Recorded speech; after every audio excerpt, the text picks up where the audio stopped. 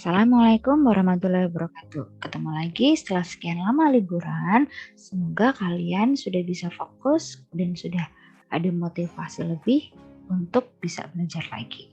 Dan semoga kalian selalu sehat. Mohon maaf lahir dan batin semuanya.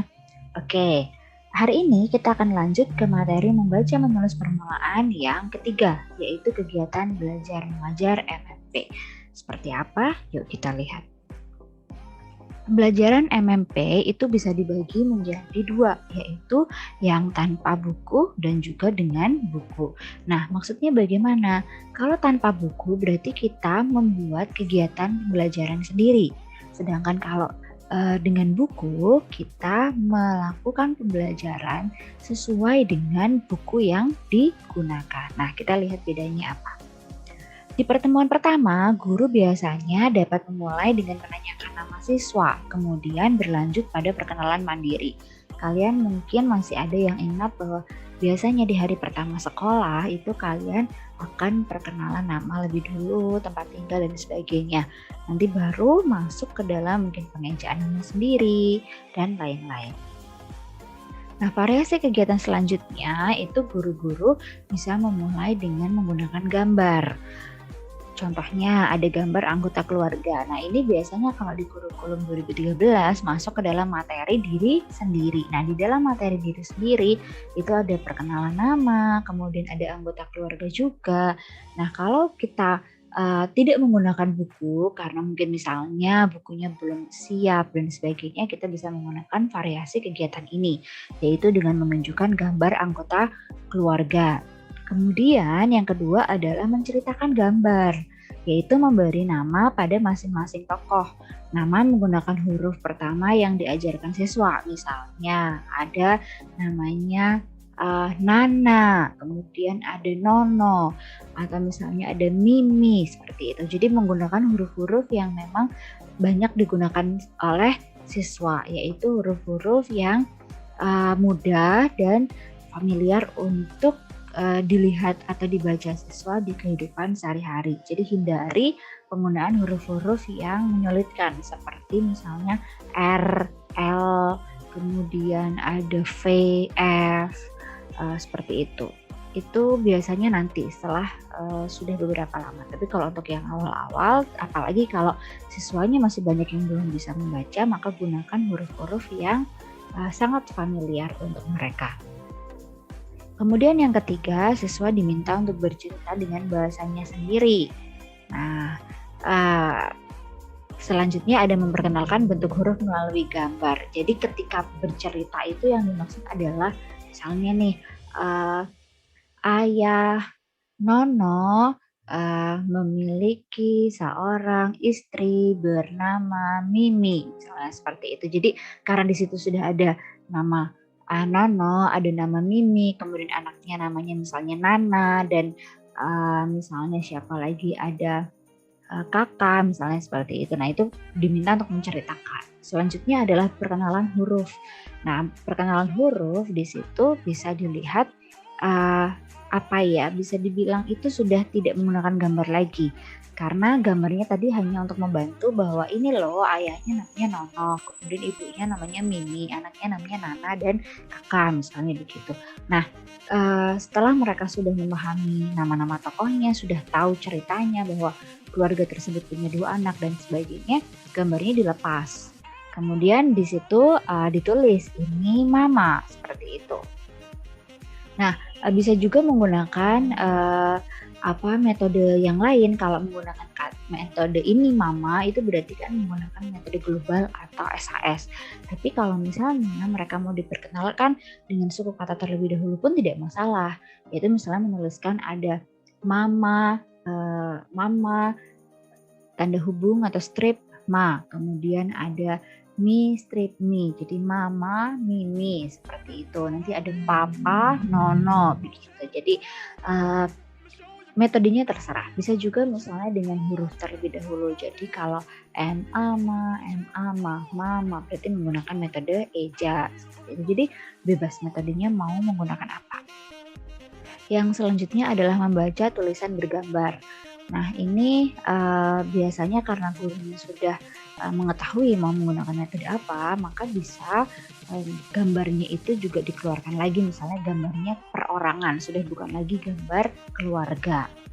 Selanjutnya ada membaca tulisan tanpa gambar. Jadi ketika sudah gambar individunya itu dilepas, maka siswanya bisa diminta untuk fokus ke dalam bentuk tulisannya. Nah, ini adalah contohnya. Tadi ini mama, ini papa, ini mama Mimi, seperti itu. Ini mama Nana.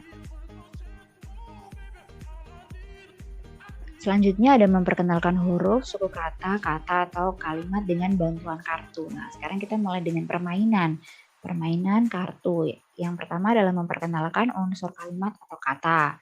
Misalnya tadi, ini mama. Kalau memang dimulai dengan kalimat, maka bisa menggunakan dua kata. Ini mama. Tapi kalau misalnya menggunakan satu kata, berarti hanya mama saja. Selanjutnya, siswa diminta untuk mulai menulis di situ. Jadi ketika mereka menyalin lah, bisa dibilang menyalin. Diminta untuk menyalin, ada titik-titik, kemudian titik-titik itu mereka diminta untuk menuliskan yang kosong sesuai dengan contoh di atasnya. Nah, atau bisa juga misalnya dengan kartu. Kartunya itu sudah ada tulisannya. Ini nanti ditempel di sebelah mana. Kemudian mamanya ditempel di kotak yang sesuai dengan contoh. Nah, kemudian memperkenalkan unsur kalimat atau kata. Jadi kalau misalnya sudah ada kalimat, maka di situ ada tadi kata ditempel. Misalnya ada ini mama. Tapi juga ketika katanya sudah diajarkan, kita juga bisa melanjutkan ke suku kata. Jadi di situ nanti ada suku kata ma, na, mi, seperti itu. Yang ketiga, memperkenalkan hurufnya. Karena tadi sudah suku kata, maka hurufnya diperkenalkan. Ada huruf M, A, N, A. Nah, ini biasanya per kata sih. Jadi tinggal ditempelkan di situ. Kemudian ketika sudah belajar untuk menempel atau misalnya menuliskan atau menyalin di situ, maka siswa bisa diminta untuk menyusun. Ketika ada huruf A, I, M, N, maka siswa akan mulai diminta untuk menyusun, menempel huruf-huruf tersebut menjadi kata-kata bermakna. Contohnya ada Ina, Ani, Ami, Mina, Amin, Iman, seperti itu. Nah, selanjutnya dirangkai, prosesnya sama dengan yang ada di poin D tadi, tapi yang kartu digunakan adalah kartu suku kata. Jadi misalnya ada suku kata mami, mu, memo, kemudian nani, nu, nenun, kemudian dicocokkan sesuai dengan tokoh-tokoh tadi yang sudah diperkenalkan. Nah, KBMMMP tanpa buku juga dapat dilakukan melalui pelatihan untuk melemaskan otot tangan siswa, yakni dengan menggambar huruf atau simbol atau benda di udara. Jadi memang untuk menulis permulaan, siswa dimulai dengan menulis di udara terlebih dahulu. Jadi sebelum menyalin, mereka diminta untuk menulis di udara. Jadi pensilnya dipegang tapi bukan dituliskan di kertas, cuma di awang-awang saja. Jadi tangannya bergerak-gerak seolah menuliskan kata-kata tersebut. Besok kita akan pelajari lebih lanjut ketika kita masuk ke materi menulis permulaan.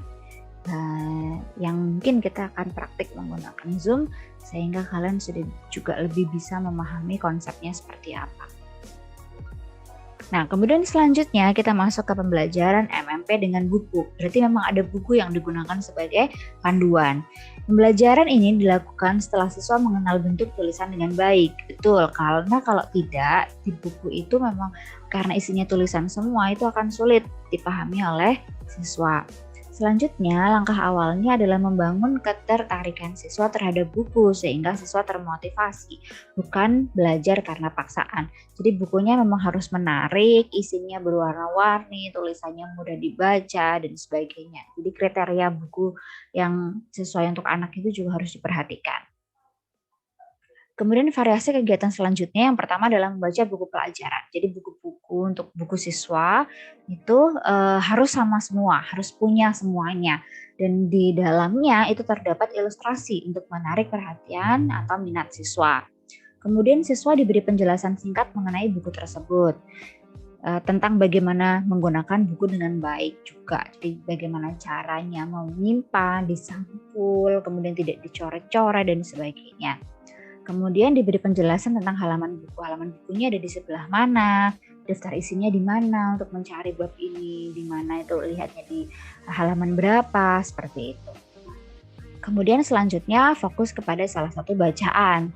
Nah, jadi salah satu bacaan biasanya dimulai dari yang pertama. Tadi ada tentang aku dan diriku. Nah, itu cerita itu akan mengantarkan kepada perkenalan tokoh yang ada di buku cerita tersebut. Di dalam cerita tersebut, dalam buku siswa. Kemudian jika ada gambarnya, guru juga dapat bercerita tentang gambar tersebut. Biasanya karena buku anak-anak itu pasti ada cerita dan ada gambarnya. Guru bisa menjelaskan misalnya mana yang ayahnya, mana yang ibunya, dan lain-lain. Pembelajaran dapat dimulai bisa dengan guru mencontohkan atau meminta siswa yang sudah melek huruf untuk membaca. Jadi kalau memang ada yang sudah melek huruf, bisa diminta untuk membaca dan yang lain menyimak. Nanti kemudian baru membaca bersama-sama. Kemudian selanjutnya ada membaca buku atau majalah anak yang sudah terpilih. Nah, jadi tidak harus selalu buku paket atau buku siswa ya, tapi majalah atau buku anak yang lain juga boleh. Pengenalan buku selain buku ajar akan membangkitkan minat dan kebiasaan membaca siswa, karena biasanya lebih menarik. Kemudian pemilihan buku dan majalah harus mempertimbangkan taraf kemampuan siswa, asas kebermaknaan dan kebermanfaatan, kemenarikan, keterbacaan, dan kemudahan memperolehnya. Jadi jangan sampai kita meminta siswa untuk membawa buku atau majalah yang mereka sulit mencari. Atau misalnya buku-buku yang mungkin buku asing bagus menurut kita tapi untuk mereka sangat sulit didapatkan, itu tidak boleh. Atau tulisannya terlalu kecil atau tidak ada gambarnya, tidak warna-warni, itu juga dihindari. Kemudian untuk langkah awal sebaiknya menggunakan buku atau majalah dengan bahasa yang sederhana yang mengandung huruf dan kosakata yang sudah dikenal anak. Jadi biasanya ada yang menggunakan buku bergambar karena tulisannya sedikit, ada gambarnya, jadi siswa bisa terbantu dalam membaca dan memahami kata-kata yang ada di situ. Selanjutnya untuk yang ketiga, membaca bacaan susunan bersama guru siswa. Jadi dibaca bareng-bareng. Guru memperlihatkan beberapa gambar, anak diminta menyebutkan gambar tersebut. Jadi ada gambar misalnya tadi anggota keluarga, atau binatang, dan lain-lain, siswa diminta untuk menyebutkan. Selanjutnya bisa juga bukunya itu dilengkapi dengan kartu. Jadi anak diminta menempel kartu di bawah gambar. Tadi kartunya bisa kartu kata, bisa kartu suku kata, atau kartu huruf. Selanjutnya ada 1-2 buah gambar dipilih anak untuk bahan diskusi dan sebagai stimulasi membuat bacaan bersama.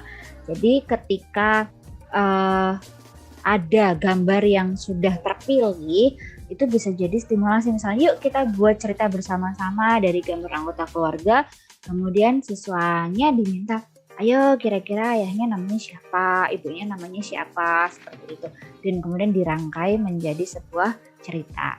Kemudian guru menyajikan gambar dengan bacaan hasil susunan bersama antara guru siswa sebagai bahan ajar membaca permulaan. Setelah jadi ceritanya, kemudian disajikan ada gambar dan ada cerita di bawahnya.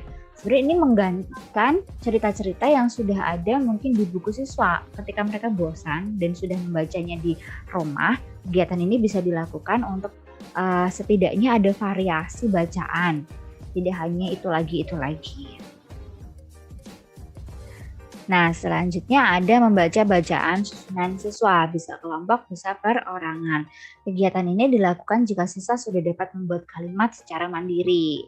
Guru berperan sebagai pembimbing selama proses diskusi berlangsung. Jadi memang siswanya yang diminta untuk membuat sebuah cerita. Kalau tadi kan gurunya yang bisa dibilang memimpin. Tapi kalau ini sudah masuk ke kelompok atau perorangan, tapi memang siswanya harus sudah bisa membuat kalimat. Selanjutnya, kegiatan ini membutuhkan media lain seperti kartu dan gambar-gambar untuk membantu siswa dalam membuat kalimat cerita. Jadi ketika gurunya menyediakan berbagai macam gambar, siswanya diminta untuk memilih dan membuat cerita. Bisa juga dengan menempel kartu-kartu kata, disusun menjadi kalimat-kalimat yang sesuai dan dirangkai misalnya menjadi 3 kalimat untuk menjadi sebuah cerita. Oke, terima kasih. Ini dulu, kita ketemu lagi minggu depan. Masih dalam MMP, kita bisa diskusi lebih lanjut di sana. Karena ini materinya pasti akan berhubungan dengan menulis permulaan. Bagaimana siswa bisa memulai untuk kegiatan menulis di sekolah dasar. Oke, sampai jumpa semuanya. Terima kasih. Semoga bermanfaat. Wassalamualaikum warahmatullahi wabarakatuh.